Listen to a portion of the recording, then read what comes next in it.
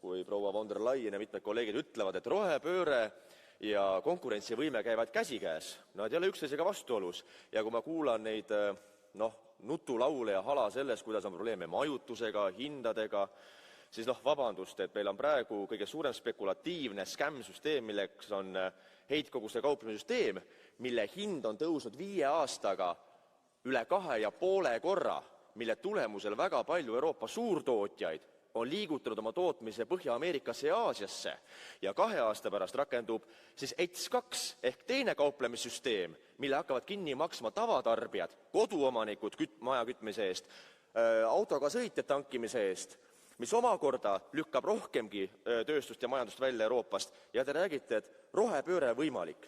Et ma ei tea, mis aine peab tarbima selleks, et luua endale illusioon või mingisugune muinasjutt sellest, et rohepööre tagab konkurentsivõime, kui me näeme, et pooled töökohad on kaotatud Saksamaal autotööstuses.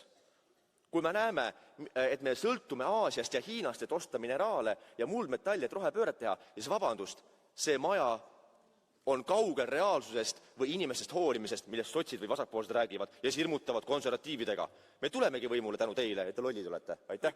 You come from Estonia, a country that indeed faced through its history quite a bit of a trouble, to say the least, from Russia. I'm wondering, do you see the dependency on import fossil fuels as something that is a problem, and how would you replace it? Thank you. Thanks a lot. Actually, it's a very good question. The problem with the Green Deal and with the Russian energy is now Estonia has been always independent with energy, with oil shale. We have produced more than we need. We have exported this to Finland, Latvia, Sweden. But now, because of the Green Deal, because the ideology is saying that there is too much CO2, the plan is to shut it down by 2030.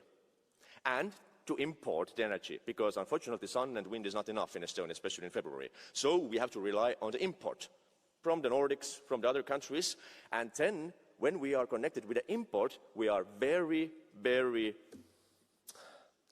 in a bigger risk because of the connections between Estonia and Finland.